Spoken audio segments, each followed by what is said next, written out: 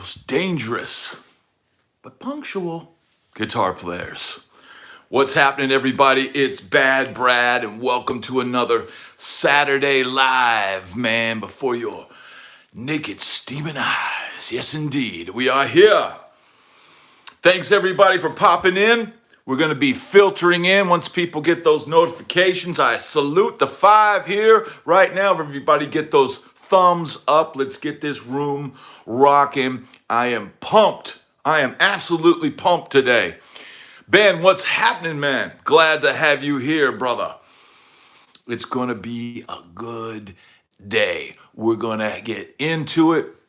If you join the chat, you become a part of this channel and, a little piece of YouTube history. And I'm so glad that everybody that tunes in, CC, how you doing? Always great. Aaron, what's happening? Yes, baby. Yes, indeed. Oh, yes. Oh, yes. Yes, the room is filling.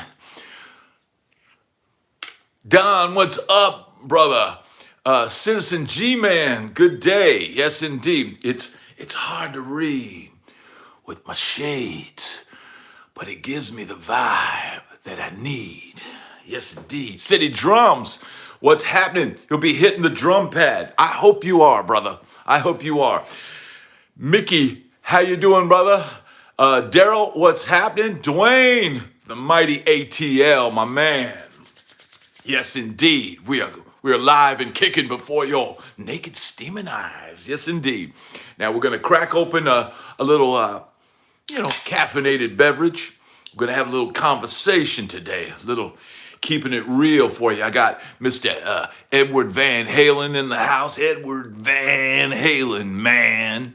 And my wife actually said, you should change your pictures around and that one should go. I said, well, that's Eddie Van Halen in his workshop with his Heinekens and a questionable cigarette in his mouth. And, yeah, but I think that would look good. Well, you know what?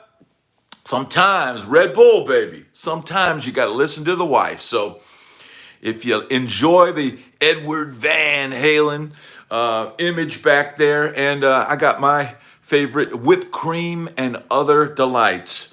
CC, did you know the Taste of Honey record cover that you got up there? Yes, the model lives right down the way. Wow.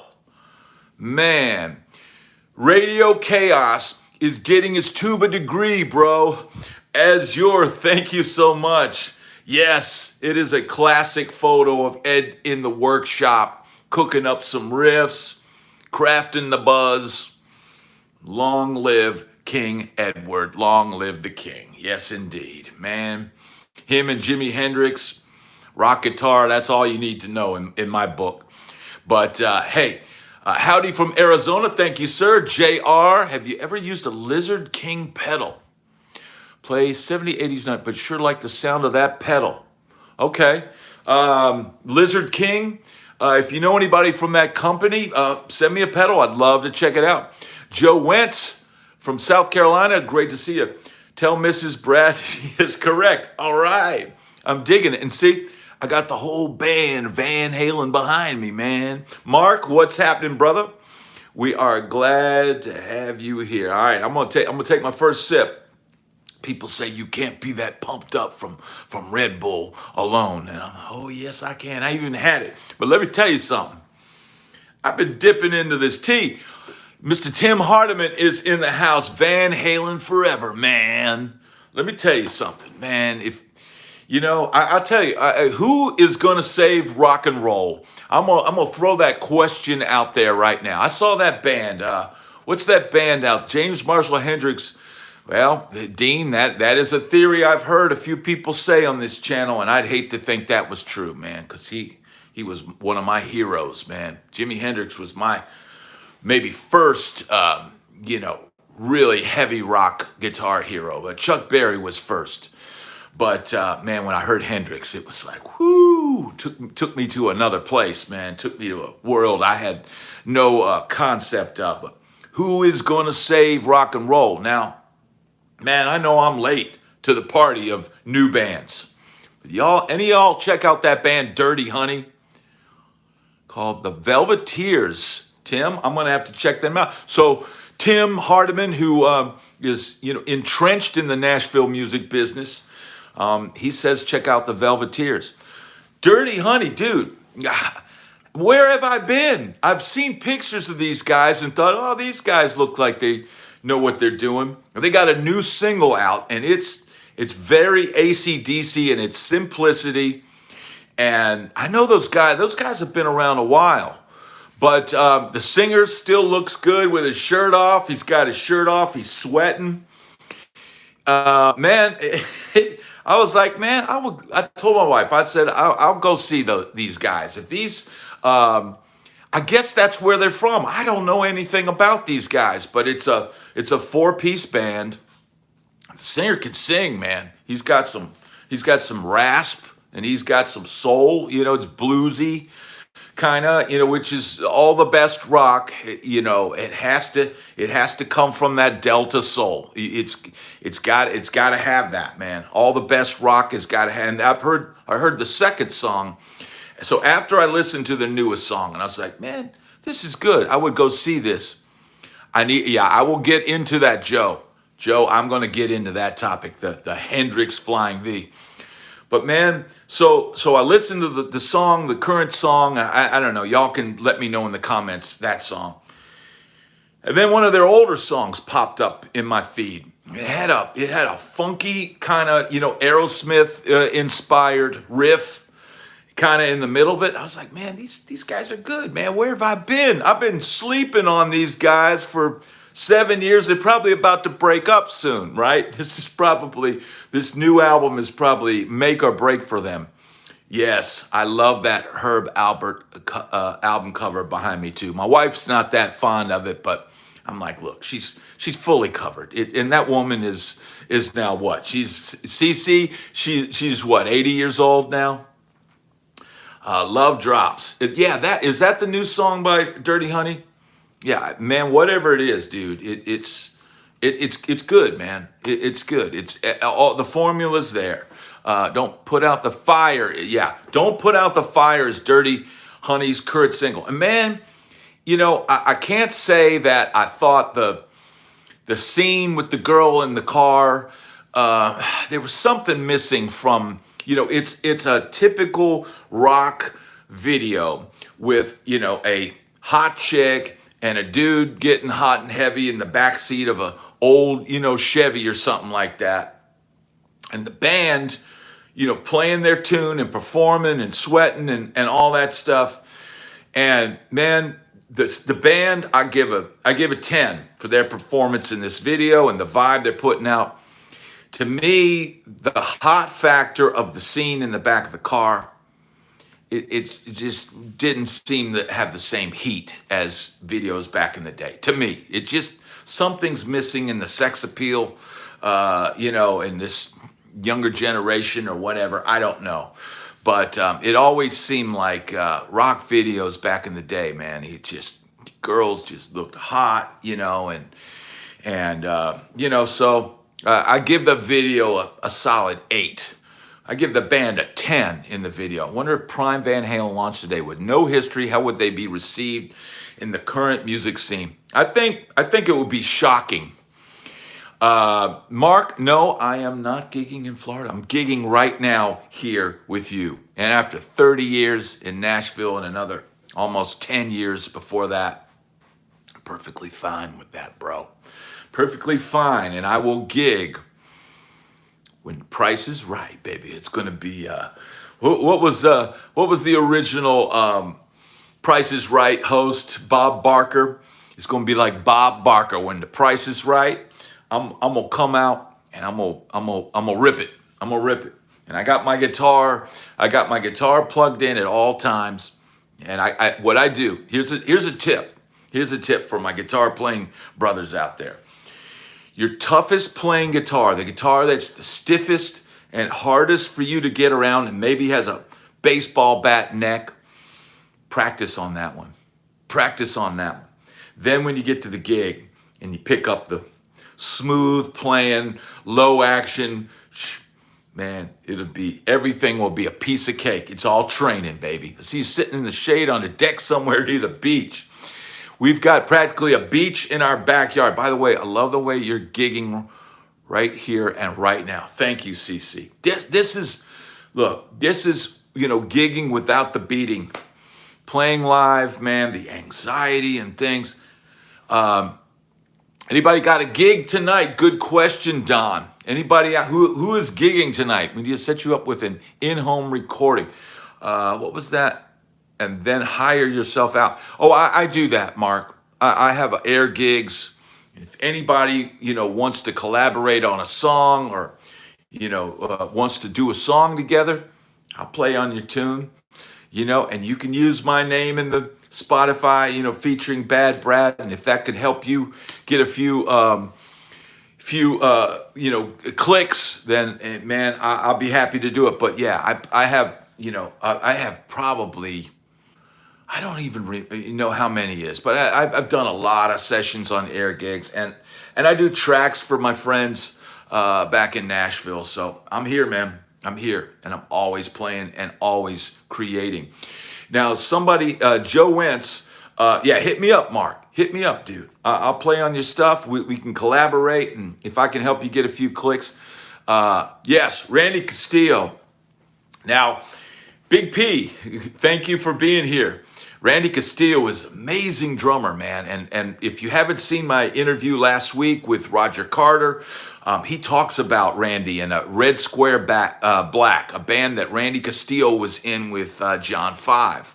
And great band, great unsigned band of LA. And but there's a funny story in my members section, and I think. I don't know the exact title of it, but it's one of my Sunset Strip videos. And I think it's the one that says something about getting blamed for a brawl on the Sunset Strip. So I was on stage, performing at the Gazzarri's one night. And I'm not going to tell the whole story. We'd be here for a half hour just on one thing.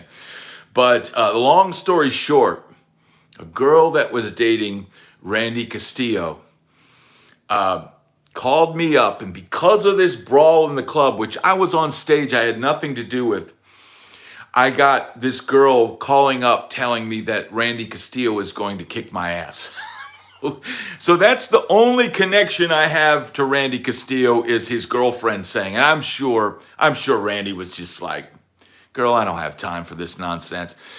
Jamming with the buddies in the basement, Billy's Basement Bar Band. All right, right on, Citizen G, man.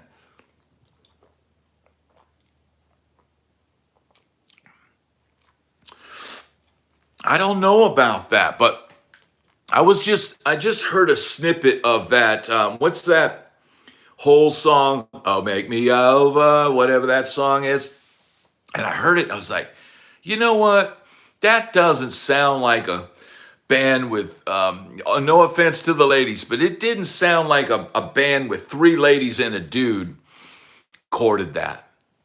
And I know, hey, it's possible, but at that time period, it didn't sound like Hole actually played that. It sounded like they got, and Randy Castillo would have been a good guy hard-hitting drummer to track with, the guy with experience. So yeah, that doesn't surprise me at all. Even in the hair metal days, there were hair bands that didn't play on their stuff. If anyone here is near Louisville, Kentucky tonight, we're coming to town. We're playing at Seddon Fodden. I do sound and play with Honey White.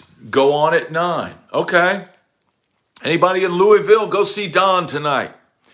I don't know if I pronounced that place right, but it's in the comments. I'm glad to have my buddies here and all my friends. Mickey, dude, thank you for coming. Dwayne, I would have told her I really doubt Randy could whoop my ass. Dude, the funny thing was, I didn't even get a chance to do that because it was like a voicemail message.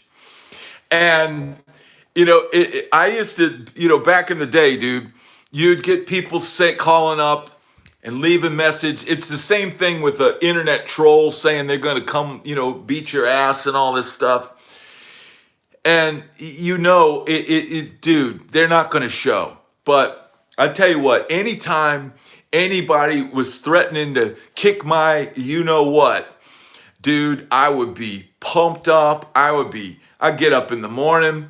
I'd be doing road work. I'd be in the backyard hitting the weights. Back then, I'd be doing the incline push-ups where you put your feet up like this, and dude, it would just fire me up just thinking about it.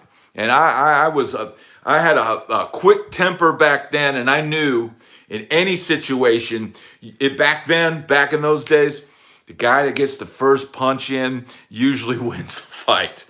So, but the thing is, man, Dwayne, you also got to be, a good counter. Because usually, if you're in the situation, somebody's going to jump on stage and try anything. You've got to you keep your head on a swivel, and you got to be ready to, and then find the opening. So yeah, I didn't. That was maybe the one time where I just okay, this is getting ridiculous with the girlfriend telling me that her boyfriend's gonna. And dude, I didn't have anything to do with any of those people. I didn't even know this girl. I grew up in the 80s in a rough Texas town. If you made it out of the 80s without fighting, I don't know how. Yeah. I mean, dude, back in the day, little scraps. But it's like I was talking to a guy last night, and I said, man, fights back in those days, dude, would last like 5 to 10 seconds. It wasn't like, ground and pound. MMA was just starting to come up with, what did they call it back in the day with the Gracies? Ultimate Fighter, this kind of stuff. That was just starting to happen. And people were just starting to learn that, taking people to the ground and all that stuff. But man, people will tell you, if you're in a street fight, going to the ground, taking somebody down to the ground, that's not a good move, because you're leaving yourself vulnerable to getting kicked in the back of the head, or anything. So Joker Fish, how you doing, brother? Yes, indeed. Love the guitar portrait with the fretboard that lights up. Thank you, Joe Wentz. Host did not show up for a Tuesday evening open mic. I pressed my little Hendrix and Bud service, and hey, there you go. Tough man competition, yeah. I saw a guitar player almost start crying when he was told to turn down once. Oh my Lord. He's ruining the name of guitar players everywhere. Good Lord, I don't be crying if somebody. Look, when you're first starting out, everybody knows the turn around and make the motion with your hand that you're turning it down, and turn around and you play a little softer. It's a volume a lot of time is in the right hand. If you're, right-handed guitar player, I pick soft and I can make it sound nice and quiet. Wrecking Crew played all over hair metal band CDs. Now, Dean, that's a pretty bold, that's a bold statement. I don't think the Wrecking Crew played on heavy metal records, because the Wrecking Crew their heyday was the 60s. Now, I wouldn't, I'm sure Picaro might have played on some stuff. Maybe Caliuta played on some stuff, but I cannot see Hal Blaine, playing on a metal album. I don't see Tommy Tedesco playing guitar on a metal album. Now people that did sub on that stuff, like was it what's the guy, Cozy Powell. Now, didn't Cozy Powell play on the Cinderella records? Played drums on those. And it was Mike G. Slammer or something, that played on the Warrant, all the solos and stuff on the Warrant records. I love Hal Blaine too. He's amazing. But I can't hear him playing on a Motley Crue album. That just wouldn't be, as in New Breed players, not original. Okay. Well, I mean, Dean, like I said, I'm naming guys that played on hair metal records, and guys were brought in, but yeah, not that, when you say Wrecking Crew, man, everybody thinks Hal Blaine, Tommy Tedesco. I'd have to really do some research to find out if there were more. I know it was Warrant. I know it was Cinderella with the drummer thing. People are saying that Nikki Sixx didn't play bass on the Motley Crue records. Um, Cinderella, it did have Fred Coury as a drummer, but not on the albums. You can Google that. They put his picture on the album. They may put his name on the album, but from what I understand, the producer did not want to use him. That's what I understand. I could be wrong. I wasn't at the session. Hey, yo, I wasn't at the session, so I didn't see who was playing drums, but yo. So yeah, Mike Slammer played on lots more than Warren. Okay, well, see, Dean, you know about this. You know that, and that's a tough man. That is a tough pill to swallow because the reality is Warrant built themselves up through the clubs. They probably put in 4 or 5 years. Metal had their own musician rig. That style is specialized, Dwayne. It is. And I can see some of the 70s metal kind of hard rock guys like Cozy Powell is I would consider a kind of a 70s drummer, but that Bonham style. Look, everybody wanted to sound like John Bonham, man. So once that Bonham sound kind of was done, and then other producers figured it out. Like, listen to Eric Carr on "Love It Loud" by Kiss. Man, that drum sound, it's like a modernized John Bonham. Appice, yeah, wasn't allowed to play leads on one of our recordings. Little had to swallow. Blow to the ego. Yeah, I can imagine, man. I've never been like replaced on a session, but man, Vinny, yeah, dude, Vinny Caliuta can do it all. Vinny Caliuta played on was it a Megadeth album? And it's amazing. Frankie Banali played on a lot of stuff. Yeah. Greetings from Detroit. Still have not found out what Jimmy Marinos is up to. Rock. I appreciate it. Now, Jimmy Marinos was the hard-hitting drummer that sang "What I Like About You" by the Romantics, and I did my video about people just walk away from the music business, and that's a guy that that In Heat album by the Romantics. If you like clean, chimey power pop type music, that is an album that you can play from top to bottom.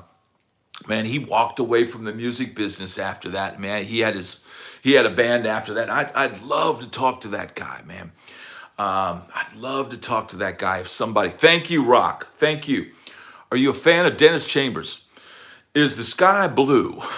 Yes, dude. So Dennis Chambers, is a good friend of some of my buddies, the Wooten brothers.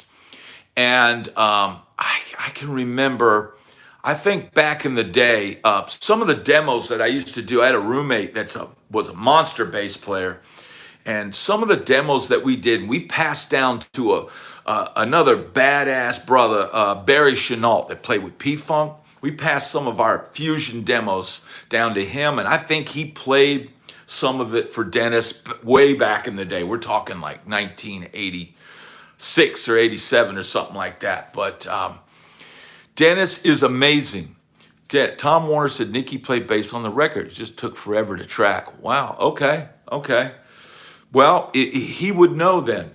He would know. It's not rocket science, that style of bass. Now, you could make it rocket science and really put some killer lines in there and some melodic, think about it.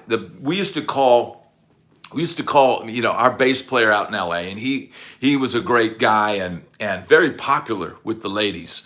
But he as far as musicianship, he didn't have any schooling or anything. He if you wrote a song and came in with the riff, if I didn't have a specific bass part, he'd be like, well, what do I play? What do I play? You got to have video with your favorite original licks. I guess I'll have to do that. But, I think if you watch enough of my live, my video playing clips, you'll start to notice I notice myself, oh man, I play that lick a lot. So, talking about bass players back in the day.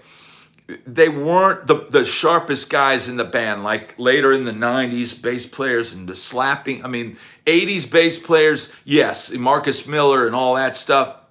But man, most of the rock guys, it was usually the guy that looked the part and could play eighth notes with a pick.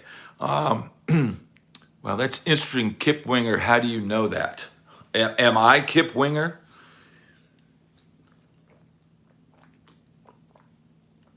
Lippy Sinks. Okay. So, yeah, Kip Winger played on some stuff too back in the day. Yeah, I think he did. But, people are brought in. Look, I can't blame a producer. Grand Funk drummer John Brewer was underrated. I absolutely agree, Big P. Grand Funk was a badass band. Might have read somewhere on the internet or may have been on some of Jazz's interviews. Okay, now I get a little sidetracked, but we used to tell our bass player if he didn't know what to play and we wanted him to play eighth notes, we'd say play dumb guy, and he'd go dumb guy, dumb guy, dumb guy. He'd play eighth notes. Juan Khrushchev Rat was a better place. Now that dude could play, and that's what I mean about if you had a guy that was a real bass player but played within the parameters of that style. On that last chorus at the on the back half of it, you go to the third of the chord on the one chord, stuff like that. That would really spice up if they put some of those cool things, that movement, that melodic movement, and some stuff in those recordings. Those recordings would have been a lot better if all the bass players were as good as a Juan Crocier or whatever. Bernard Edwards, gotta love him. Rudy Sarzo was the ultimate rock metal bassist. I used to think that he was a very popular and well-deserved player. Dumb guy, yeah, that's a good one. Pickless. So Rudy's, now what I heard, now I don't know if this is true, y'all can back this up, but the Quiet Riot album, I heard that that's not Rudy Sarzo on the recording. That recording was done by another guy and Sarzo was brought in. I don't know. But, I always thought when I heard those Ozzy albums that it was, Tommy Aldridge and Rudy Sarzo. I didn't realize those albums were recorded with Daisley and Kerslake and, different guys. So, you put a face with a band sometimes and it's not the same cats that are on the recording, and that's just how if you're producing, man, you're going to Sarzo. Yeah. If you're producing, you're going to make choices and you're going to try to get the best product out. Because the bottom line is if you're getting points on a record, percentage, having a successful album is the only goal. Sarzo's resume is crazy long. I mean, he's dude. I can't say anything bad about that guy. Chuck Wright played bass on much of Riot. Okay, now listen, Chuck Wright. So he played. Yeah, Daisley was badass. Sarzo looked better. Yes. Absolutely. Kerslake and I do believe Kerslake and Daisley were replaced probably for their image. I don't think, they were going for that LA thing. Ozzy was trying to extend his career. He was pretty much left for dead in that hotel room when Sharon came and kind of pulled him out of his mess. But Chuck Wright, dude, the bass playing on that first Quiet Riot album. Now that I listened to that with different ears and realizing it's not Sarzo. Sarzo, who in the video is playing the bass, he's got his hand over the top of the neck and he's got the fingers under the thing, right? So he's playing like this, right? He's got one hand under here and he's and he's doing the rock thing where I've got my weapon and dude, That stuff is hilarious, dude. It's just, and what's cool, what's cool but funny as heck is watching like current, Quiet Riot doing gigs, and he's doing those same moves, dude. And I'm like, you know what? If I went to that, I'd want to see that. I want to see him do the, and it was all. I mean, like I had a buddy out in L.A. and he plays a little drums, but he wasn't like you would hire him for your band. But one thing that this guy could do was he'd make the best drum faces and twirl and do all this stuff. So man, I would tell our drummer, dude, now watch what he does. That's what you need to do when you're playing. But he was just, and it's like Keith Moon, faces and stuff. But we are having a good time here. We got 79 people in here. Come on, let's get those thumbs up. Let's get this party started right. I'm kind of distracted and all over the place today. So if you have a specific question, super chats, super thanks, whatever it is, are always appreciated. Yeah, hit the strings with his fist. Michael Anthony would do that too. Michael Anthony would do that. Yes, indeed. And if we want it, you need to get Red Bull to sponsor your life. I know, man. I know. But you know what? I'm putting the call out to any energy drink. As long as it doesn't have aspartame in it, I'm good. Send me something with some caffeine in it, and I'll plug it on the show. The Red Bull is kicking in, man. Yes, it is.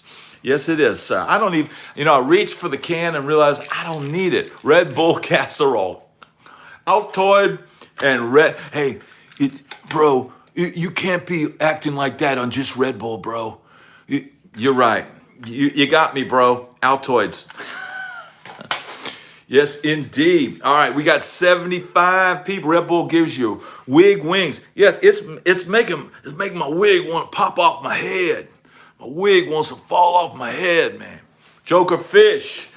Yes, indeed. It is hilarious. All right, we got to counterbalance this with a little actual fluid. So we got a little Waterloo cherry limeade. It's delicious and satisfying. Hit the like button. Yes, indeed, Internet Money. Hello to all of your channel, Bad Brad. Thank you. Purge the machine. Sean says he needs some bull. Yes, we all need a little bull. I was a heartbroken kid when I learned that Train Kept Roll, it wasn't actually live. Yeah, Don, it wasn't actually live, and it wasn't. Was it not Joe Perry and Brad Whitford? Aerosmith used the guys from Alice Cooper, I guess, on some stuff. It's a tough business, man. It happens. It happens. If a guy shows up for the session and he's too tired from the road and partying, drink too much Red Bull, it'll make your wig wom. Yes, indeed. If a guy's too tired on the road and he gets in the studio and he's like, the producer's going to go, need fresh blood in here. Psst, hey, dude, I need you to come over. This is an interesting story. Everybody know who David Foster is, the producer. Produced The Tubes. Produced, didn't he do Whitney Houston, I Will Always Love You, all of that stuff. I didn't really know who that guy was that much, but I went to a seminar at Musicians Institute with David Foster. And so I'm sitting there, listening to the guy's stories and all that. Rob, thank you so much. Thank you, brother. Thank you. That helps this channel out immensely.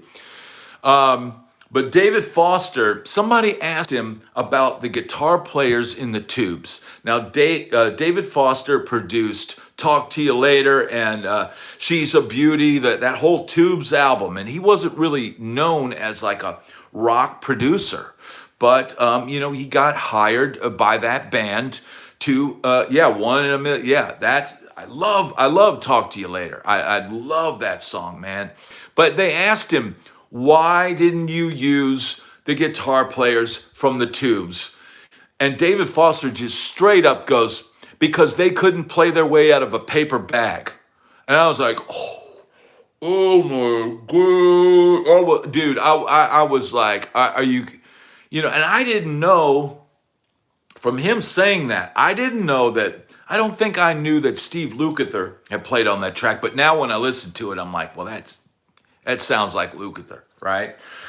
But I had no idea, what was going on. I was just like a 19-year-old kid, and it was like, dang, he just threw those guys under the bus. So many years later, I'm watching clips of those guys playing that song around that time period, and they did an adequate job of playing those solos and those licks and those parts back then. But yeah, Lukather probably did. He's not known for being humble. Yeah, David Foster is not. So I'm not like saying anything shocking, but at the time, dude, I was like, I can't believe somebody is just throwing these guys under the bus. Luke, one of the co-writers as well. Okay. I heard Fee Waybill, the singer, say, like, look, my guys, we were on the road, we're partying, all of this stuff's going on. They're coming into the session tired, and so they weren't in the best place to be, tracking these songs. Pedro is in the French Alps. Brother, great to have you here. Quincy Jones said the same thing about the Beatles. Jazz guys are brutally honest. Yeah, I mean, so you got to bring it, and it's like, yeah, those most Beatles records are pretty ragged. Really, if you're being honest, and I like their songs, and I think their songs were better than the performance. You need a Ernie Ball guitar. All right, I need one. I do need one. Hold on, I do need one. I need one, bro. Bro.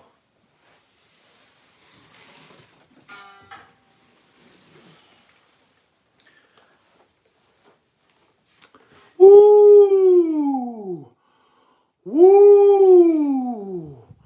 Woo! Woo! Woo!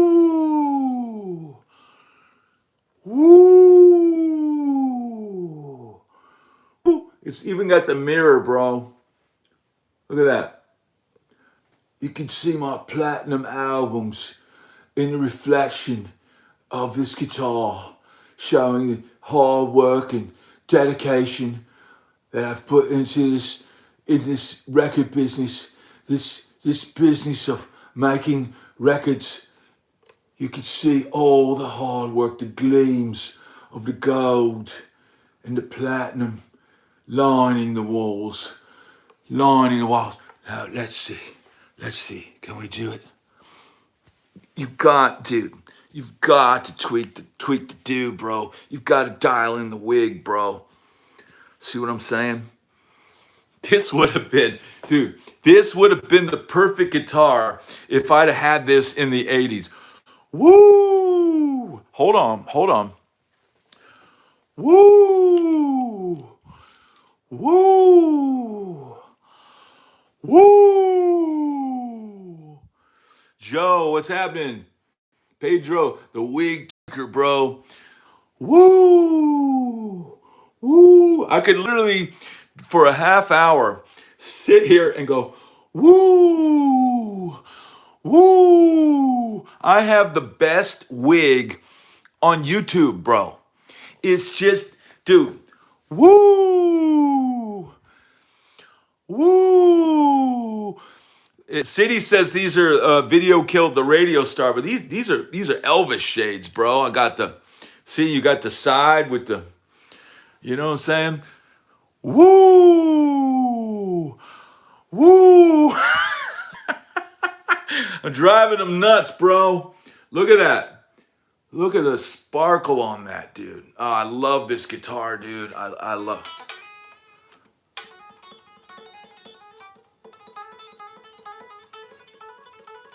love this guitar. It is incredible. Yes, indeed. All right, let's get down to business. Let's talk. What do we got? 80 people. That toupee is tops, bro. This toop, I got the toop, and I ain't got a stoop. because I'll be rocking the tube. Sweet paint job. Yes, indeed, brother. I love that guitar. It reminds me. I'm taking it out of that closet. I'm going to play it. I'm going to play it this week. So my friend and I cut hair to support. We would say, I got to go. Brad, man, they were fast and easy on the road. You have a bad case of woos. Yes, indeed. Man, the comments are fast and furious. See, I got to keep doing the woos. Quilter amps, awesome. If it's getting so fast and furious that you're gonna have to hit the super chat if you wanna get your topic breached. You gotta get the lava lamp warmed up. It's lagging today, bro. The lamp is lagging, bro. But we are still rocking here. Now, see, I got a hall pass. Woo! Rock and roll forever. Yes, indeed. I got a hall pass. The wife is out shopping with my daughter. So, who knows how long we're going to go today. We're going to keep it popping. We're going to keep you entertained. We're going to be live before your naked steaming eyes. Get that Red Bull going. Oh, that's delicious. Pour some Red Bull in the lava lamp. It needs it, bro. Teach us a country flat 7 lick. Okay. All right, sir. All right, sir. I don't do a lot of lessons anymore, sir. And frankly, sir, country guitar is not my specialty, sir. I don't even know if I can tilt this thing down. But you guys know.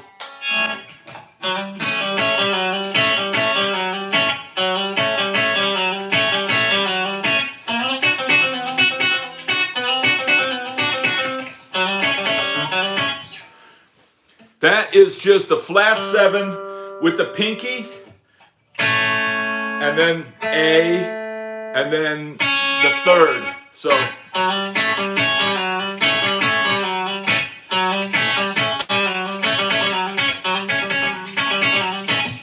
I'm not a country player, so that's all you get. That's all you get. I'd rather I'd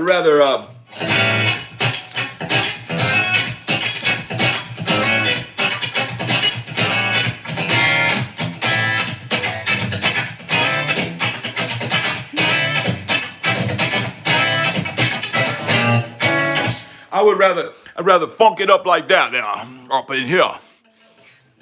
That's what I'm trying to tell you. John don't be listening. See?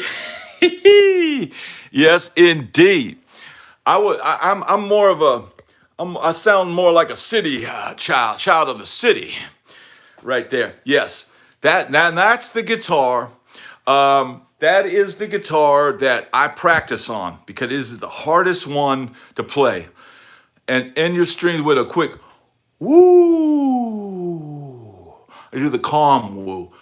Woo. Strat style Tele Les Paul. My preferred guitar is a Strat.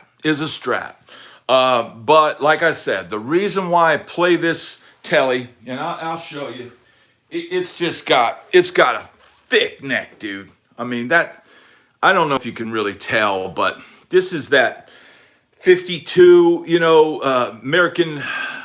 It's not American vintage. It's I forget what this. But it's got that thick neck, dude, and the tiny frets. If you can do legato on this, you could play it on anything because man, it's got. It is calling ducks. Somebody says that's like calling ducks. But it does have a...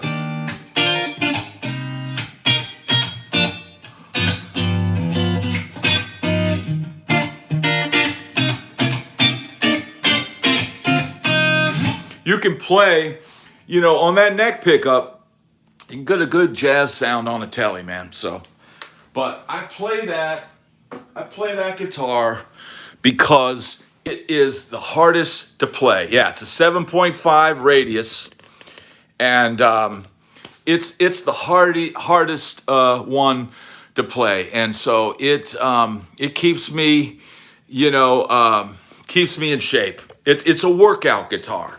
There's a band called the Ooh. Okay, well, all right. So we've got 77 people in here, but only 45 likes. So, dude, we're gonna go on. You gotta go on the screen, bro. Gotta go on the screen. I gotta hit subscribe, bro. Gotta hit subscribe, bro. Oh, hit the like, bro. Bro. Gotta hit the like, bro. Bro. What is your favorite song to play? Man, I don't have a favorite song to play. I just like playing music. Let's see some likes. Thank you, Azure. Let's get this thing pumping, man. Y'all got me doing all this work. You got me doing all this work over here. You gotta take care of a brother all up in here. That's what I'm trying to tell you. Now, we in the green room right now. Yes, indeed. Welcome to the Green Room Lounge. So what are we going to do in the green room?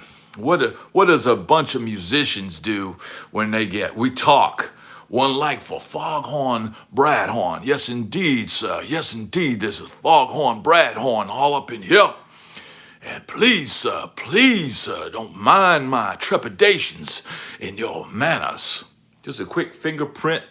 Who were your musical inspirations?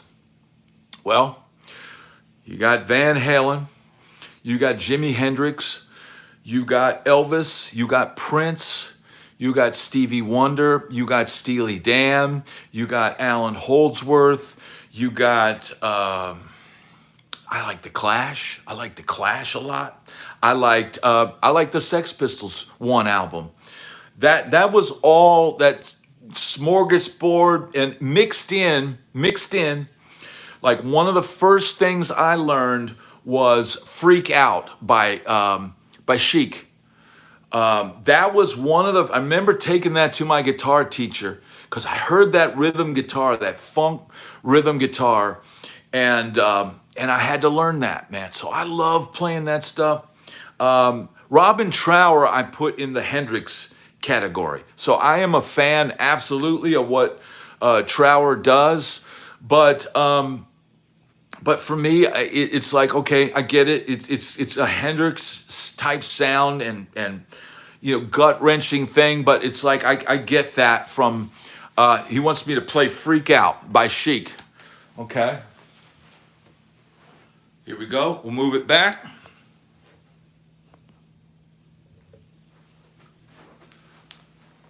Let's see if we get it dialed down here.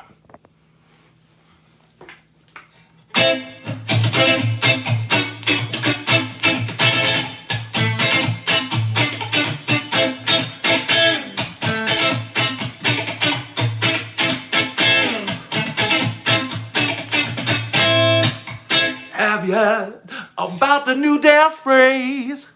All right, now I hope I don't get a copyright strike from that dial right there. I hope that they don't copyright strike me. See, that's why I don't do cover songs on my channel. But I had to just Brick House is next, dude.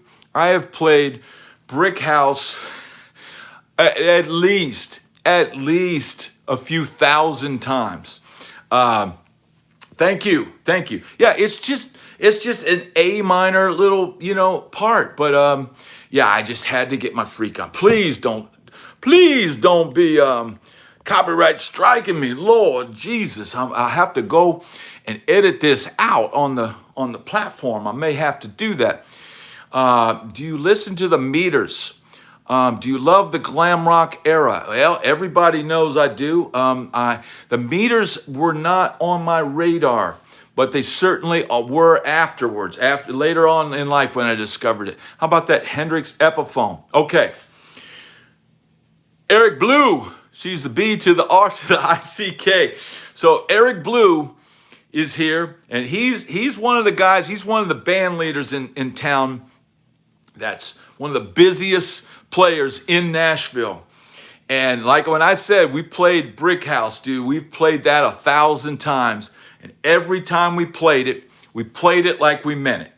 And that was one of the, Nashville has its little idiosyncrasies or whatever you want to call it, idiosyncrasies.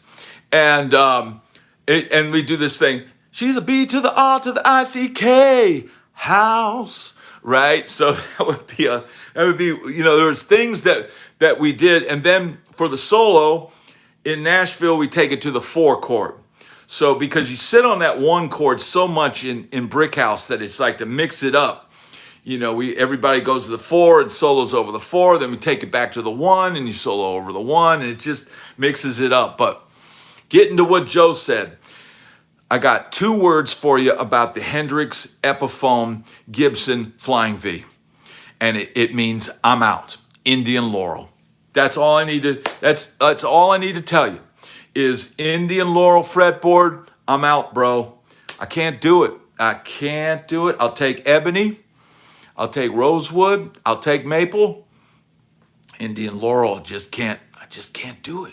I just can't. So I Googled it when I saw that was coming out, and I go, man, that's got cool artwork, and yeah, it's pretty cool. And it comes with a case. And then I scroll down and I see Indian Laurel fretboard. I'm out. Not interested, don't want it, don't want to fool with it. It's just my experience with the feel of it, drier than a popcorn, you know what. Yes, Ace, I just don't like it. I don't like it. So, I can't do Indian Laurel. 86 people in here, man. We are ripping. Woo! Woo! Boogie, oogie, oogie. Yeah, I've played Boogie, oogie, oogie a million times. I'm not into orange fretboards either, Sean. Have you heard of Lizzie Gray and his band Ultra Pop and Snakes and Ladders? That sounds familiar. Woo!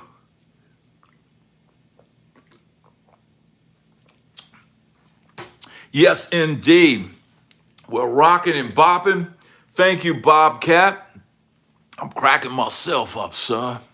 Yes, indeed, I'm cracking myself up. John, stop encouraging it. Not everybody's a fan of the woos. Not everyone is a fan of such knave-like behavior. So please, don't encourage the fool. Do not encourage him, sir. Look at the Elvis look. Thank you. Rich Light or Indian Laurel? I'll take Rich Light any day. Casey and the Sunshine Sam, the Led Zeppelin Disco Pop. Yes, indeed. I have a crappy Hohner acoustic to practice on. Now that, my friend, is a chop builder. Have you ever had your drummer explode during a show like Spinal Tap? You're no gentleman, sir. What type of music do you like to play? Beyond belief, I like to play all types of music. I just like good music. I'd be happy on any gig as long as I'm playing music. I do not discriminate about music. There's some things I like better than others, but I love music.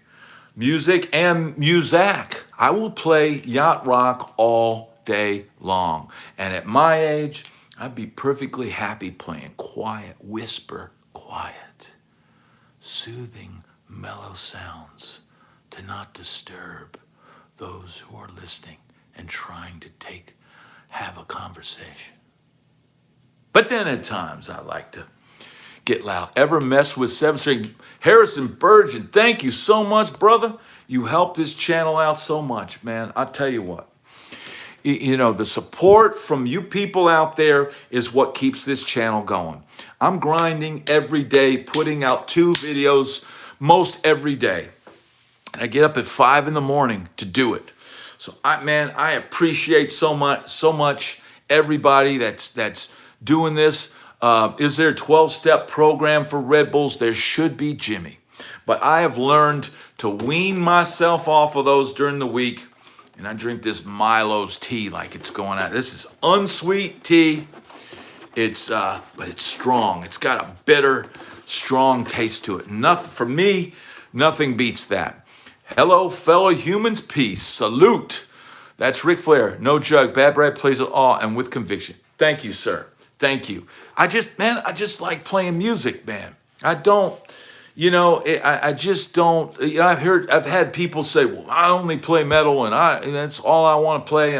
But man, that's what you want to do. For me, it's two things.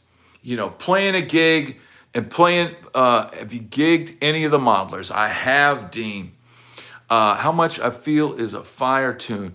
Alan Parsons worked Ambrosia. Yeah, that doesn't surprise me. That would be a good. Having like an Alan Parsons producing yacht rock, man, that he get it to sound right. That's the thing. Well recorded. What's the guy on the yacht rock station, the DJ who goes, musicians in expensive studios recording songs about love. It's like, yeah, it's the sound of money,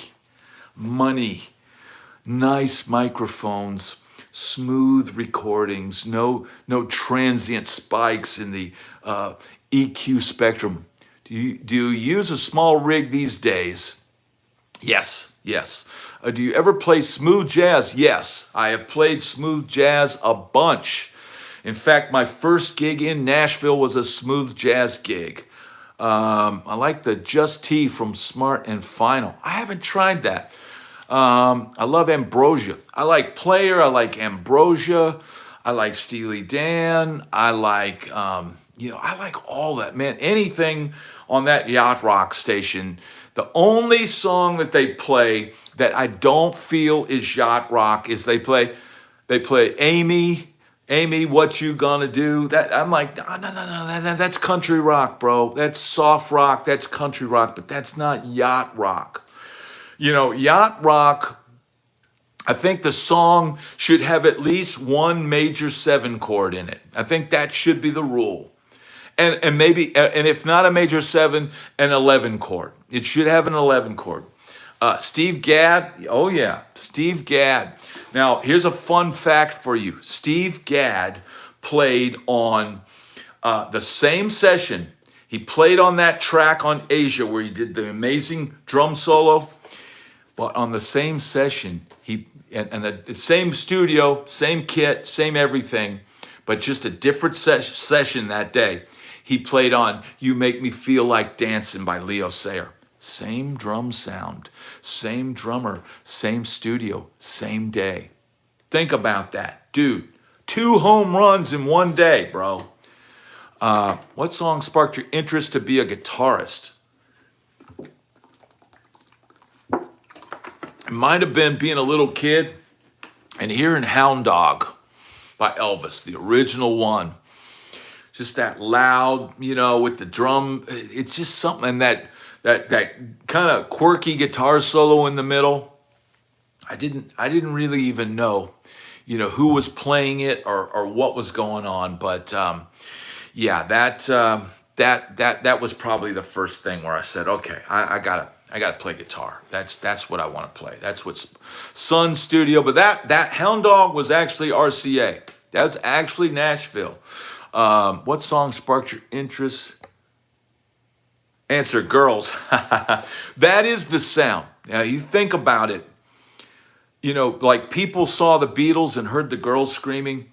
I could hear Hound Dog, and I could imagine girls screaming. I could just imagine, like, this guy's getting the girls. It's just something about that.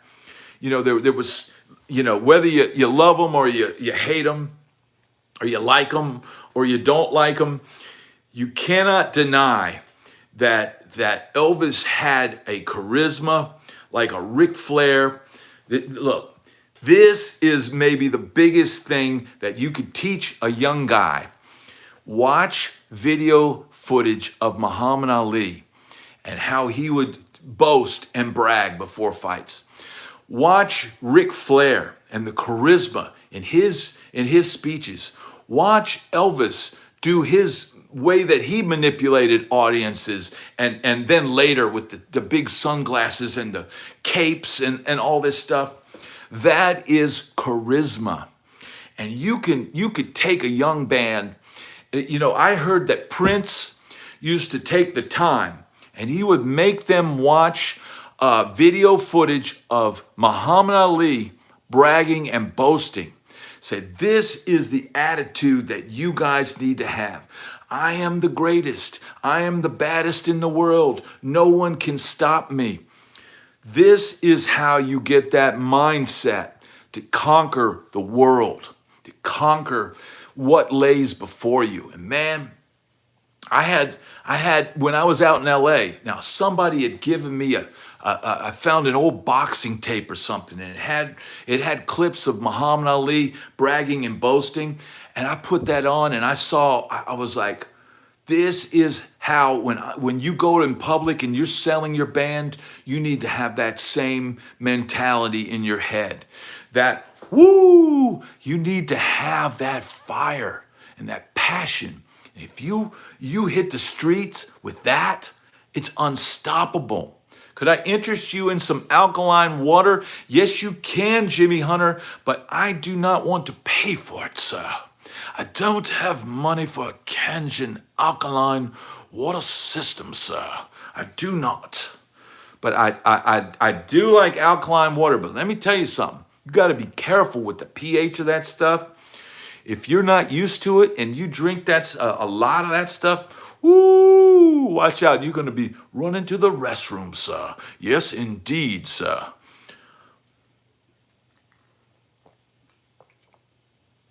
Oh, yes. Oh, man. We've been going for 61 minutes. Who's keeping track of time? I'm not. I'm not shutting it down. I'm not ending this party. Let's get those thumbs up. We got 78 in here and only 65 thumbs up. Woo! Y'all can do much better than that. Let's keep this thing rocking for a little bit. You know what I'm saying? Let's keep this party going. I'm gonna have an Altoid. If there's anything that you guys want to talk about, and keep this party rocking and rolling. The longest that I did on here one day was 3 hours. Man, I was pretty hoarse after that. But I've got my water, and I got my Altoids here, and I kind of nurse everything, and I know how to go for a while. L.A. Guns and Faster Pussycat Joker, okay.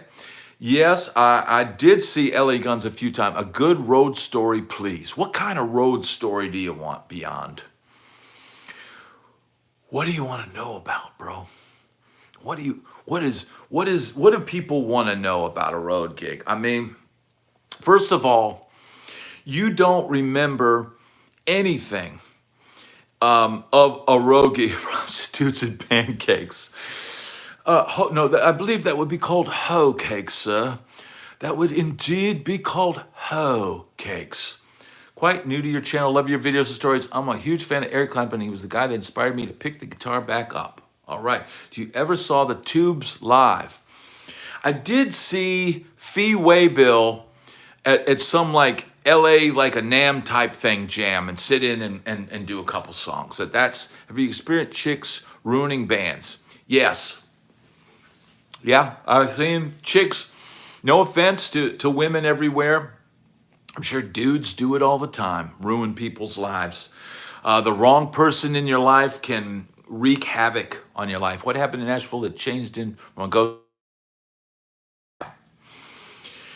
Okay, so when I moved to Nashville, it was kind of to find their illegal.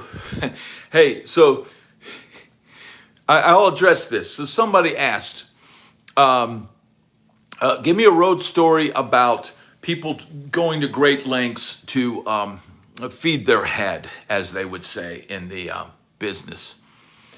Man, I never saw anyone have to go to great lengths on the road because, it seemed like whatever you wanted was waiting in whatever town you wanted. And I didn't always partake.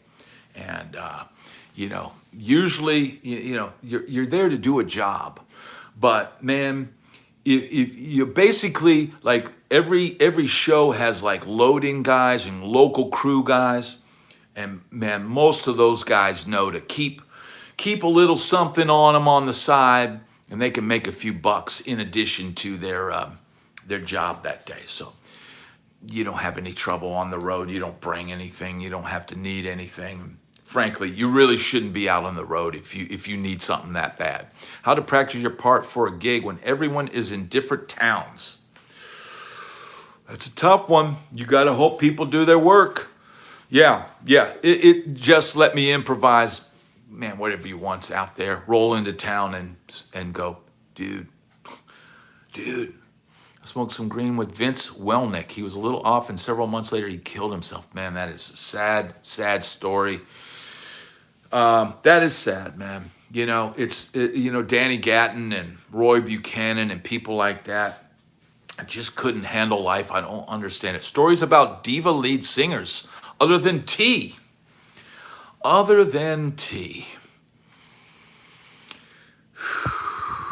If diva behavior, you just try and forget. It's like I said, man. You don't remember. The only thing you really remember when you've done hundreds and hundreds of shows is the shows where something really crazy happens, or the show goes horribly wrong. The rest of the times, it's just play a show, purge the machine. Thank you so much. Listen to your stories. There's a treasure, a 61 here, and it's nice to find such a relatable. Thank you so much. That helps this channel so much. Man, you guys that pitch in the super chat, you're keeping this channel going, man. I have the faith in you. The viewers of this channel, man, you guys have given me a life on here on YouTube. Man, I'm working for you. I'm working on the content. Best singer you played with, beyond belief. I'm gonna tell you. And she's humble. She don't take no mess. Eric Blue, if you're still here, you're gonna know who I'm talking about. The best singer I ever worked with is an unknown singer named Raquel Jackson, okay? And she is a R&B singer in Nashville. And man, she will blow the roof off. There's a song that we would always do called Love on Top, which is a Beyonce song.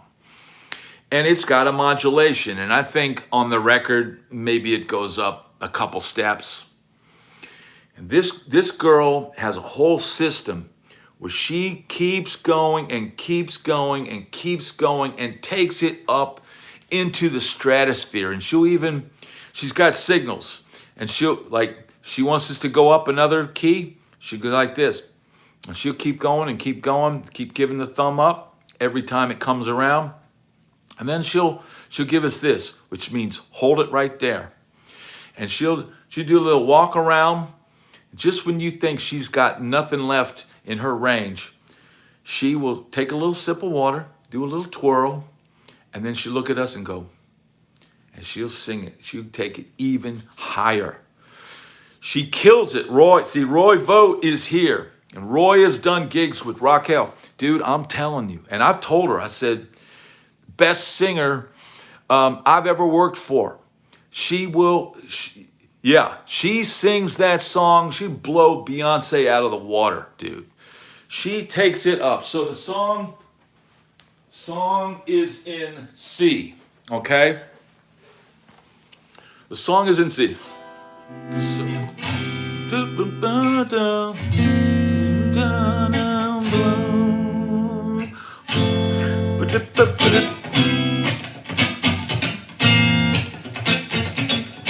Right? And so when the chorus comes around, the guitar does it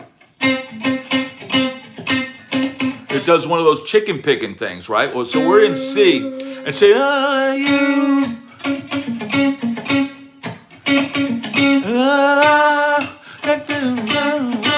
And she go down, down, and she'd take it all the way up to G. But there's this, if you hear that song, dude, she nails that. And I think Beyonce, and I don't know if anybody knows that song out there, but I'm imagining maybe Beyonce goes up twice, maybe 3 times. She takes it all the way from C all the way up to G.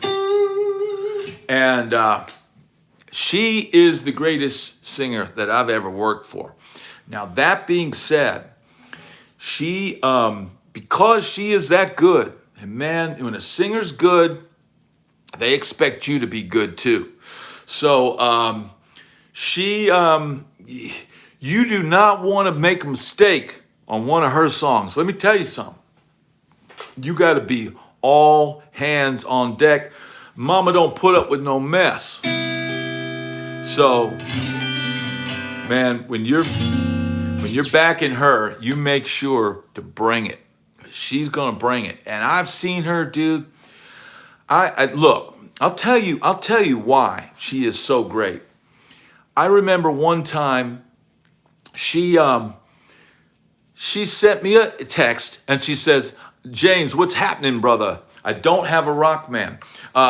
She sent me a text. I'm at the gig. I'm the band leader on the gig. And so she sends me a text, "I'm running late." And I'm like, okay. And then she sends me a picture of like gauze, bloody gauze. And I'm like, what? Like, I'm running late. I'm having some issues.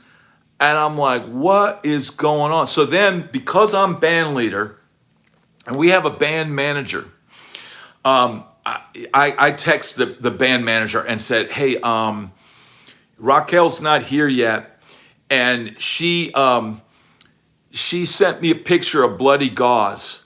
And I don't know what's going on, but I want you to know that she has this issue going on right now, because I don't want her to come on the gig when she's not supposed, when she doesn't have medical or doctor approval to be there.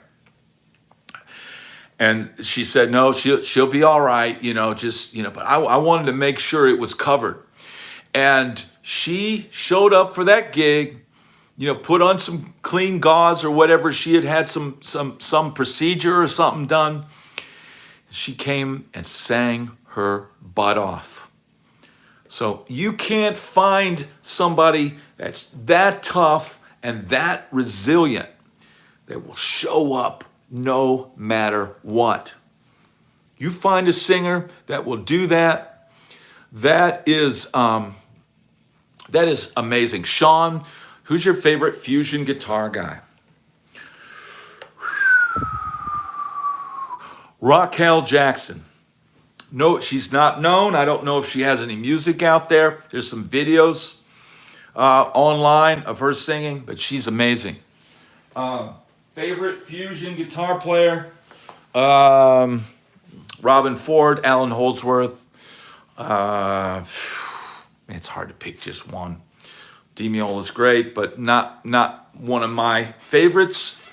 I like a more bluesier approach, but then Holdsworth is the legato guy. I don't want to pick just one. Favorite Boston song. I see my Marianne walking away. More Than a Feeling. Amazing song. Great song. Right?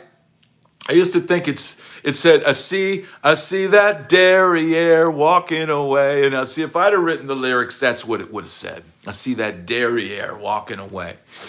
Favorite Stones song. Woo! Woo! I'm going to go with for the Stones, I'm going to go with something different today. I'm going to go with Sweet Virginia. You know that song? That's a ragged, barroom, dirty, nasty, acoustic-y song.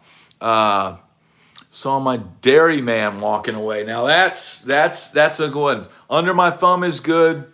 Also like Happy by the Stones. I like Can't You Hear Me Knocking a lot. Yep, can't you hear me knocking? Mick Taylor's solo tone on that is amazing. I like Some Girls. I like the whole record. Um, yeah, there's so many Stones tunes I like. Scott Henderson from Tribal Tech. Yes. Monkey Man is good. Dead Flowers is great. Faraway Eyes is great. Beast of Burden is great, though that's been overplayed. Shattered is amazing. Um, that's what it should say, my man. Yeah. Time Waits for No One. Yeah, that's a great one. Yeah, Keith's tone is so dirty on that. Yeah. I played Sweet Virginia at my wedding reception. Wow. That song's hilarious, man. I've played that for some younger cats one time, and they came on and it just immediately brought a smile to their face, just how ragged that sound. Miss You is great. When the Whip Comes Down. Yeah. What about, dude? Let's talk about Mick Jagger as a lyricist. Very underrated, I think. I think he pushes the limits of his lyrics, and now he would be considered way too controversial. The stuff that he sang about and wrote in those lyrics. But man, it's what rock and roll is supposed to be. It's supposed to be controversial. It's supposed to be, that shot on the cover of Sticky Fingers. That's what rock and roll is. It's straight from the below the belt. And they push the envelope on quite a few songs. The stuff they say on songs now, man, bands wouldn't get away with. The label wouldn't even let them put it out.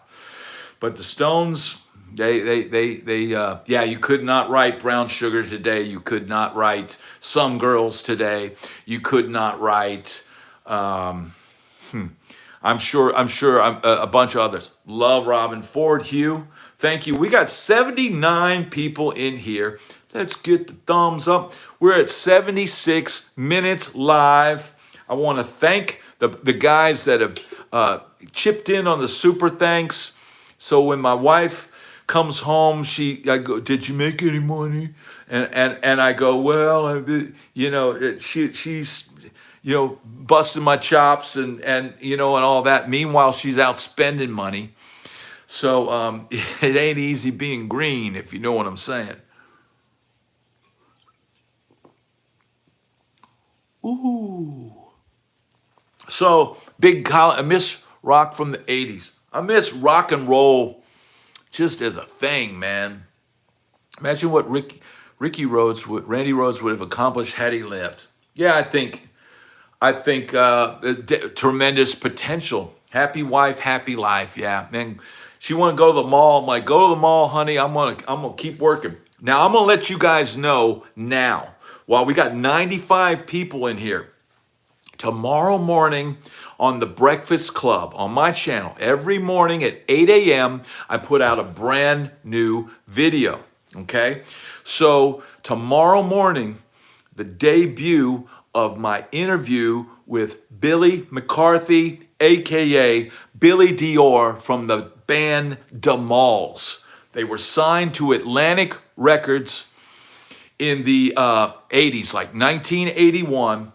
The dude lived in the same apartment complex as the guys from Motley Crue.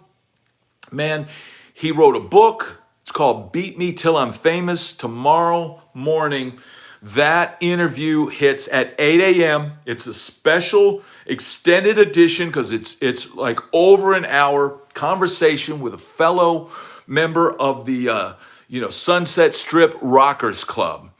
And man, I'd never met this guy, but I read his book. He sent me the book. I read it from top to bottom. It is an excellent book. And So Hugh, you knew DeMalls? It's an excellent book, dude. And it's well written, and the story, and dude, there's so many. Michael Schenker, there's stories about Michael Schenker and Yngwie and Eddie Van Halen and David Lee Roth and Brian Forsyth from Kix, and C.C. DeVille's in the book. I mean, all of this, history, and seeing, he pulls back the curtain of the 80s rock scene, and Man, it is an amazing, amazing interview. So everybody tomorrow, yo, Pro Digi, what's happening? Everybody tomorrow AM, join me at 8 a.m.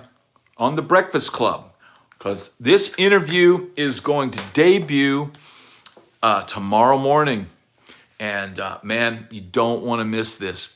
First of all, after reading that book and seeing the pictures in that book, I immediately goes, dude, I pass by that guy at the Rainbow all the time. Now, if you know the Sunset Strip, the Rainbow Bar and Grill is like the meeting hub. The hub of the whole Sunset Strip was the Rainbow Bar and Grill.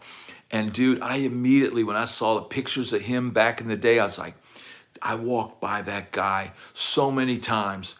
Yeah, Brian Forsyth, dude, this guy was in a band with Brian Forsyth in between when he left Kicks, Kid Rocker. If you've heard of that band, that's who Brian Forsyth was playing with in that time period out in LA. So tune in for that tomorrow. It's gonna be awesome. And normally my videos in the mornings are 15 to 20, sometimes 30 minutes long. But tomorrow, did you ever sat Alan Holdsworth on the Strip? No, Alan Holdsworth was not a guy that you would see on the Sunset Strip. He did play at the Roxy, and Eddie Van Halen, I guess, came out, and Eddie was very hammered that night. But I never saw Holdsworth there. Now, I saw Holdsworth a couple times when I was out there. Saw him in a jazz club. I can't remember. I think it was called My Place or something like that. And then I also saw him at the Palace, which was a big kind of rock club, and Ronnie Montrose opened for Alan. Yeah, I love Alan Holdsworth, man. The IOU album, Metal Fatigue, Road Games, for me, those are the ones, and he started to lose me with the Syntax stuff. I like the sound of him on that Charvel guitar with the distorted guitar tone, and Devil Take the Hindmost. What do you think about Oasis Reunion? I think it's great. I'm not a huge Oasis fan, but man, anytime, look, people need to bury the hatchet. Life is short, and for those two brothers, just like the Black Crowes, man, just get together and play some shows. The only thing that disappoints me is when there's guys that, helped build that original band, and, the band becomes the two guys, and then they just hire out every other position. I like to see bands that have their original formula intact. So I'd like to see some of the, other guys in Oasis also, join that tour. But I don't know. It's probably going to be them and maybe some of their side men. I don't know.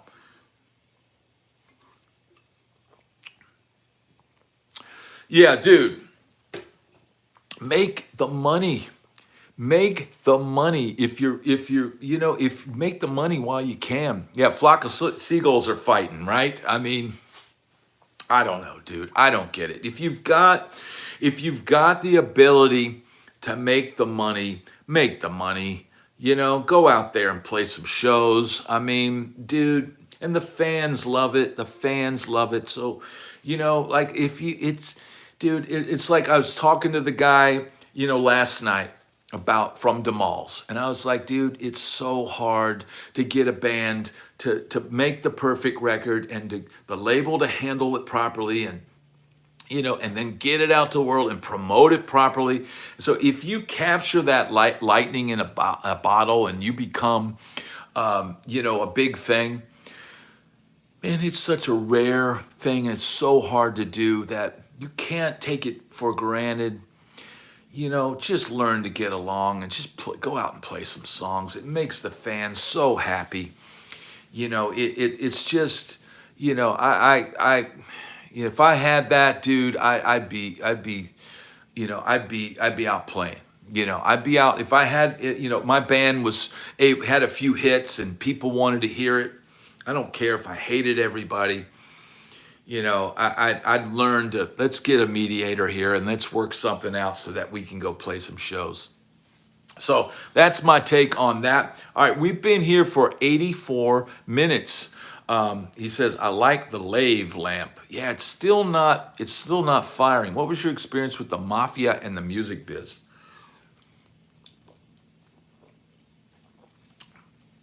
I don't really have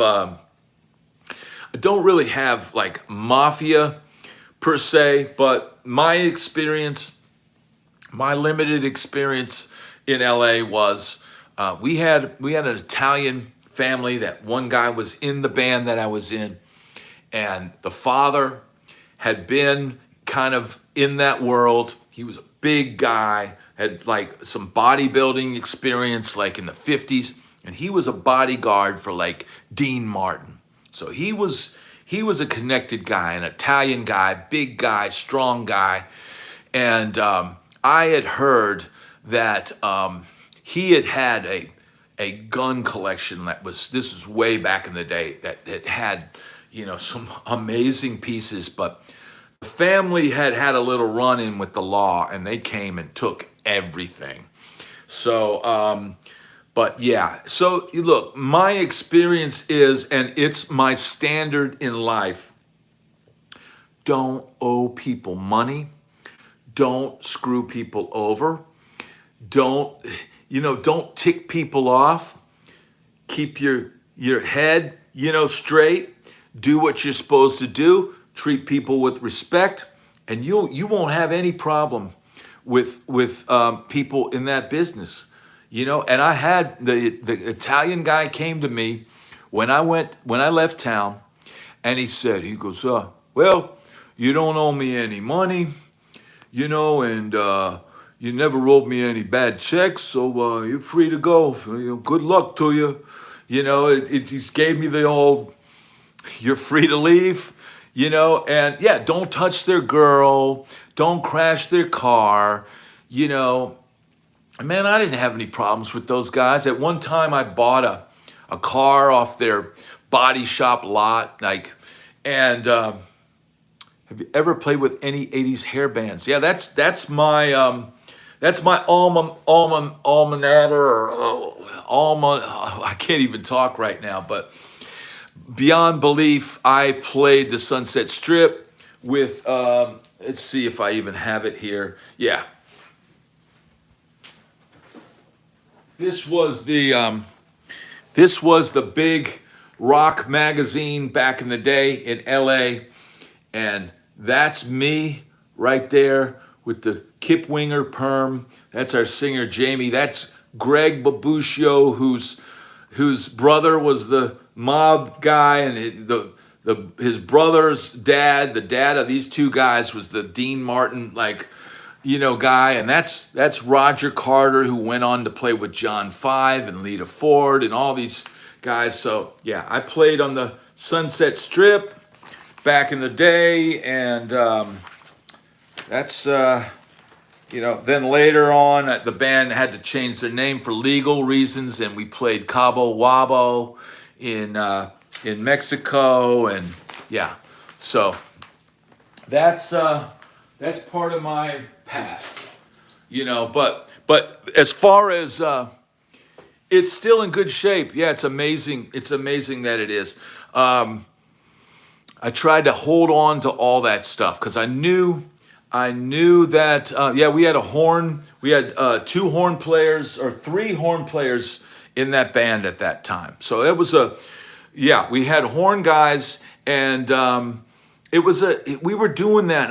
And my interview that got erased with the drummer, the first interview I did with him, we talked about it. We had the horn section before Extreme and Get the Funk Out, and before some of those other bands that started having horn sections with hard rock. So it was a cool band, but it was a full sounding band. You got to give a good Sunset Strip Wild Night story. Woo! Woo! Look, anything, you would go down there, the Sunset Strip during the day was not, it was business down there. It's, the all the shops and the banks and the high rises with offices and stuff like that. So it really didn't start cooking down there till say 9 o'clock or so. We would get a 12 pack of Coors, because Coors in California was inexpensive. And back then we could get, I think for about $4.99, we'd get a 12 pack of Coors. And so we were always broke, but we could scrape up between the two of us a 12 pack of Coors. And we knew if we had enough gas in the car that we could get in the club that we would be playing. So if we were about to play the Roxy, in a month or 2 weeks or 3 weeks or whatever, we'd have free entrance to that club. But we would start, driving. We'd go across Coldwater Canyon or Laurel Canyon and come from the valley, because we lived in Van Nuys. And we'd get our 12 pack, and I hate to say it, but back in those days, people would be cracking beers and cruising down the street. So we would drive, across the hill into Hollywood, into the Sunset Strip. Corona was, but I think Corona was a little bit more than Coors back then.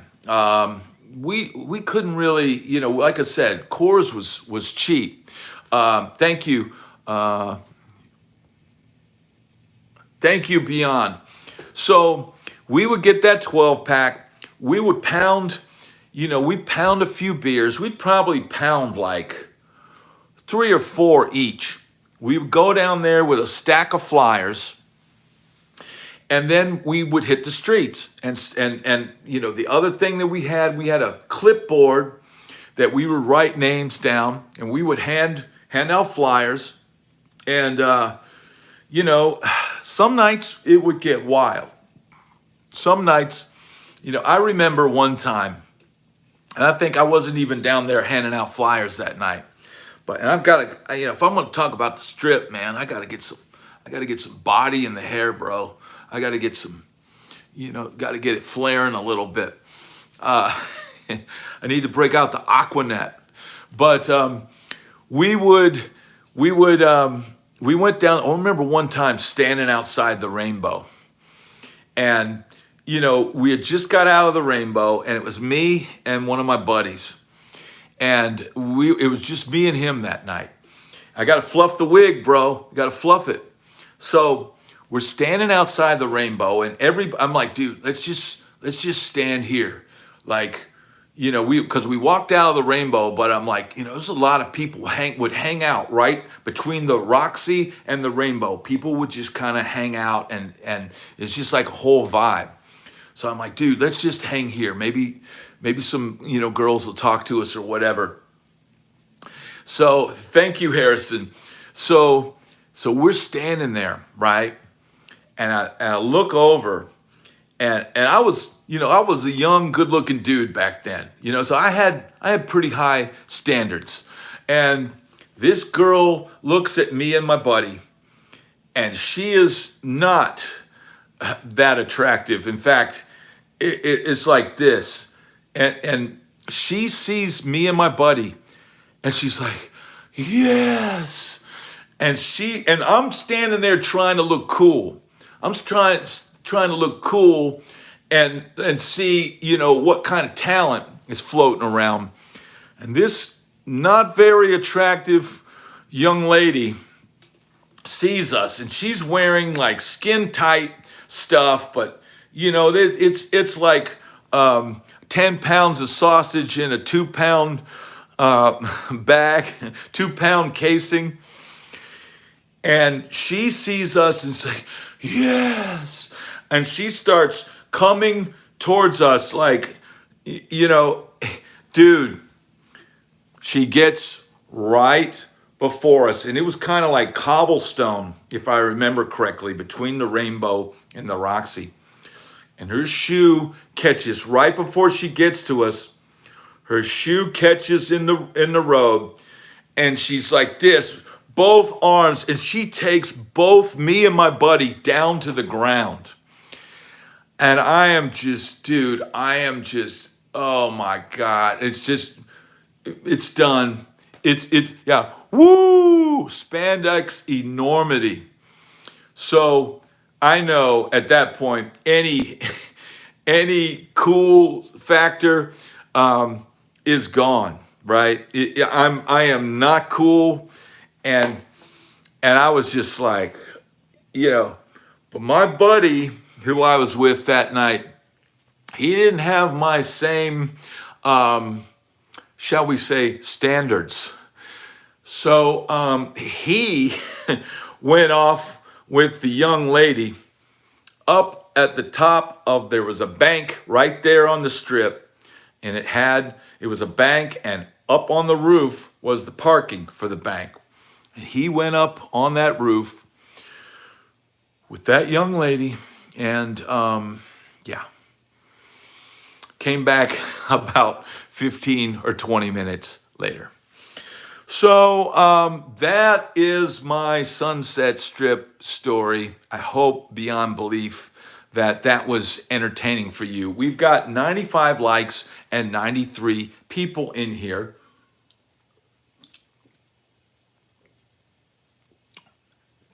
Yes, Johnny come quickly. He's the new kid in town. He was just checking her oil. Yeah, he was just making sure, helping her walk to her car. And dude, I was so embarrassed. The thing about LA, man, is everybody was trying to look cool. Everybody's trying to make sure the wig is properly styled. The shirt is open just enough to expose the taco salad on your chest. Your boots have enough lift on them. 94 viewers, let's get more. Everybody is just trying to look cooler than the next guy, right? But you also, thank you, Beyond, thank you for that. You're also, you're trying to look cool, and you're also who you surround yourself with. You're trying to look cool. So if you wouldn't want to be caught, necessarily arms around fives, PDA on fives. That would not be good for your image. So I was pretty mortified. Did you ever meet the girls from Vixen? I did not. Thank you, Mike. Taco salad, bro. You got to have the taco. Back then, it was all about the open shirt and every seat. Oh, dude. Mickey, I saw him so many times, it's not even funny. Yeah, I always saw him at the Bow. Him and Lemmy and Entwistle and David Lee Roth a couple times and Ingve one time and a bunch more that I don't remember, including my guest tomorrow at 8 a.m. on this channel, Billy McCarthy. I read his book and saw the pictures of him back in the day, and I walked right by that guy. The bigger the cushion, yes indeed, here I'll see ya.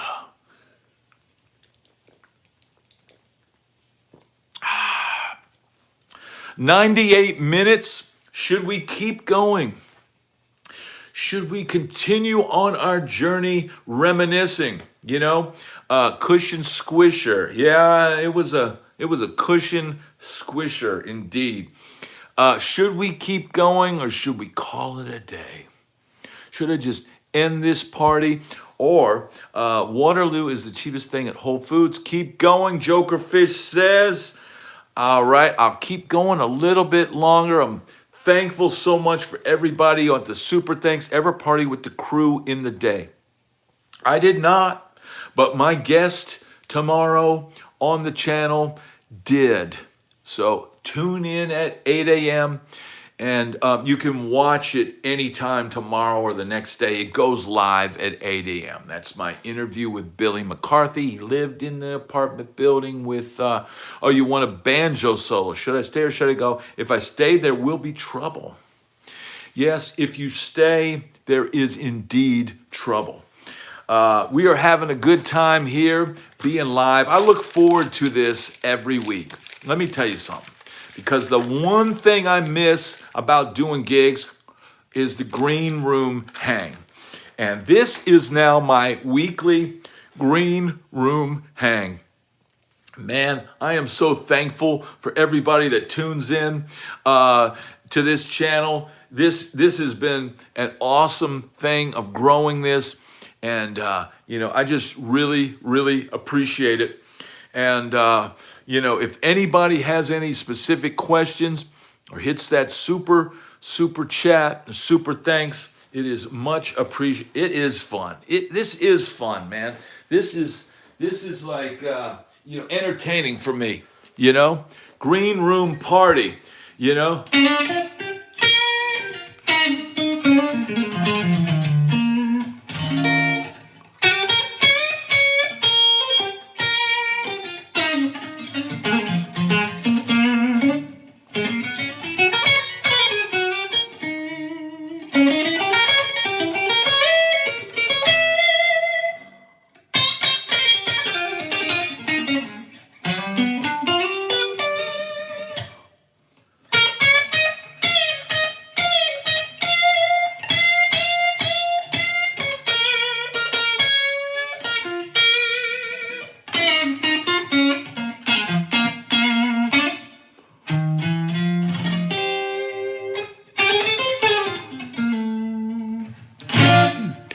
Sometimes you just got to play the blues, man.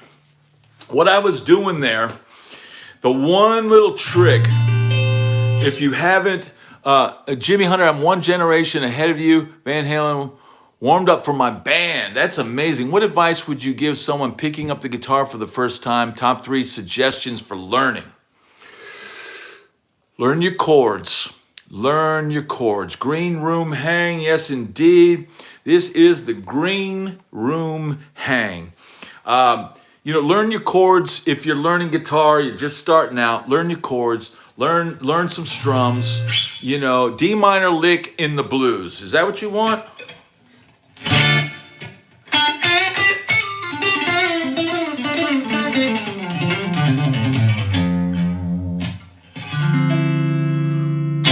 There's your D minor lick in the blues. One more time with feeling.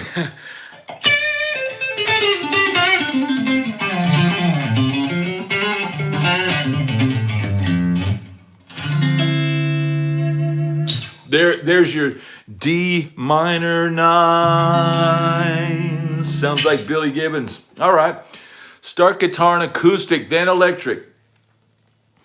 You could do that, but I think for people are now, originally that was how you started, but I think it's easier to play electric, and I think you want a player to not get too discouraged. Sometimes, what's the difference between D minor lick and a D major lick? Well, the third. Wouldn't it be? There's D major.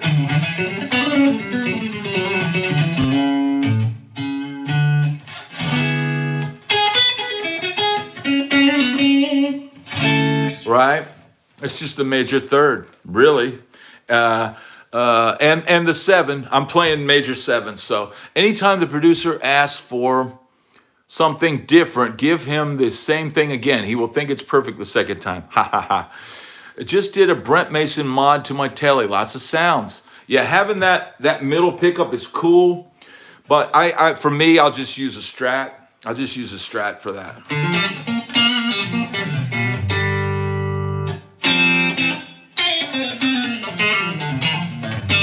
Vince from the crew came to my In-N-Out and passed out in the parking lot.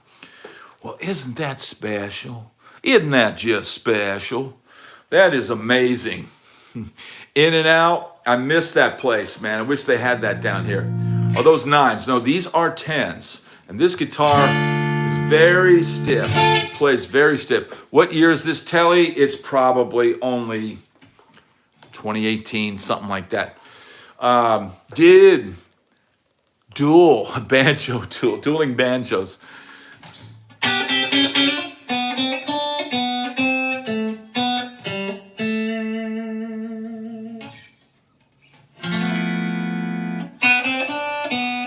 not quite, right?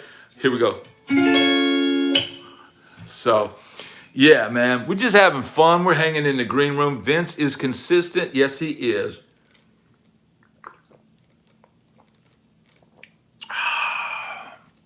You got to hydrate. No more procrastination.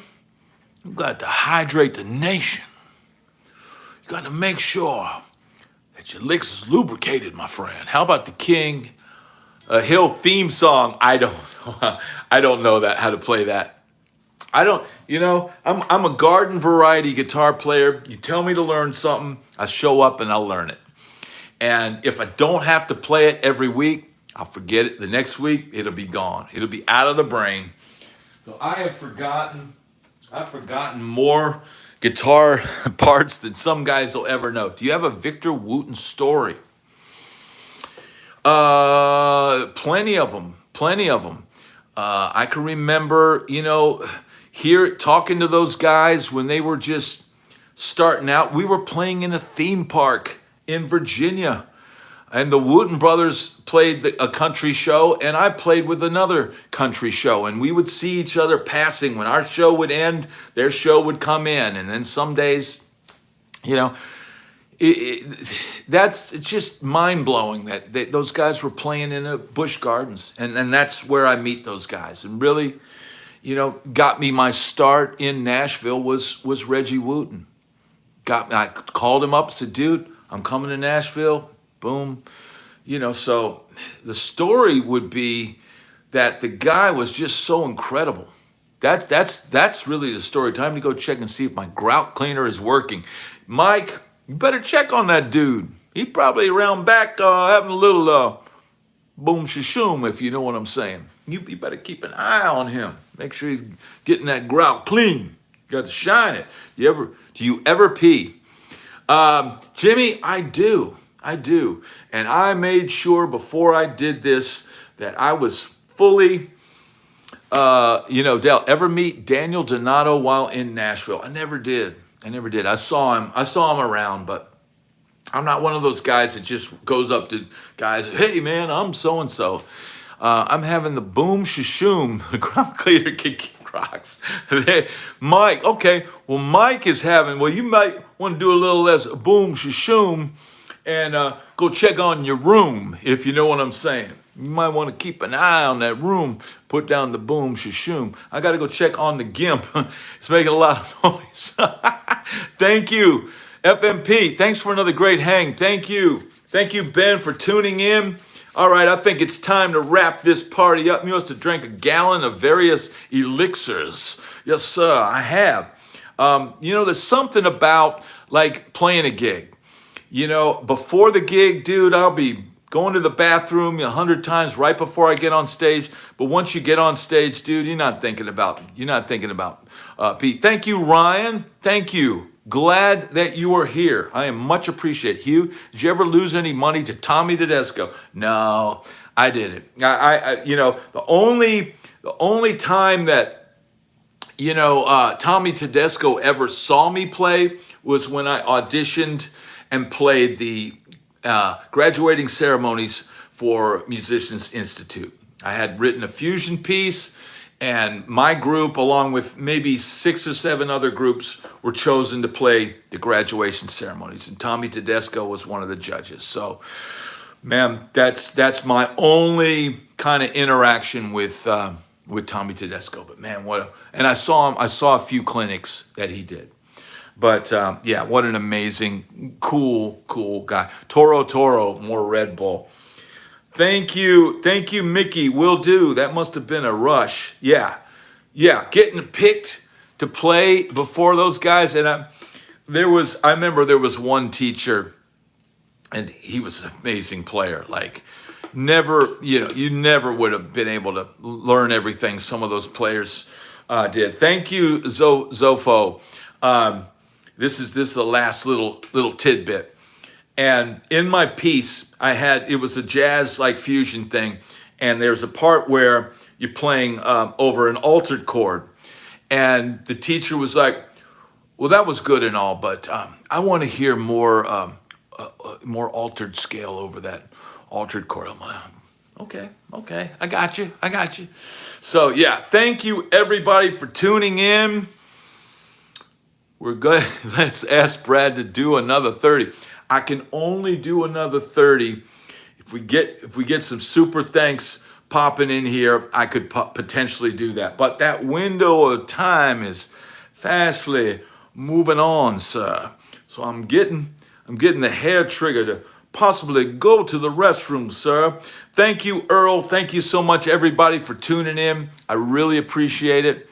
I'm gonna have to bust on out, check on the wife, make sure everything is going good. Have a great day, everybody. I very much appreciate you tuning in. Everybody hit that subscribe button and check out the interview tomorrow, 8 a.m. on my channel.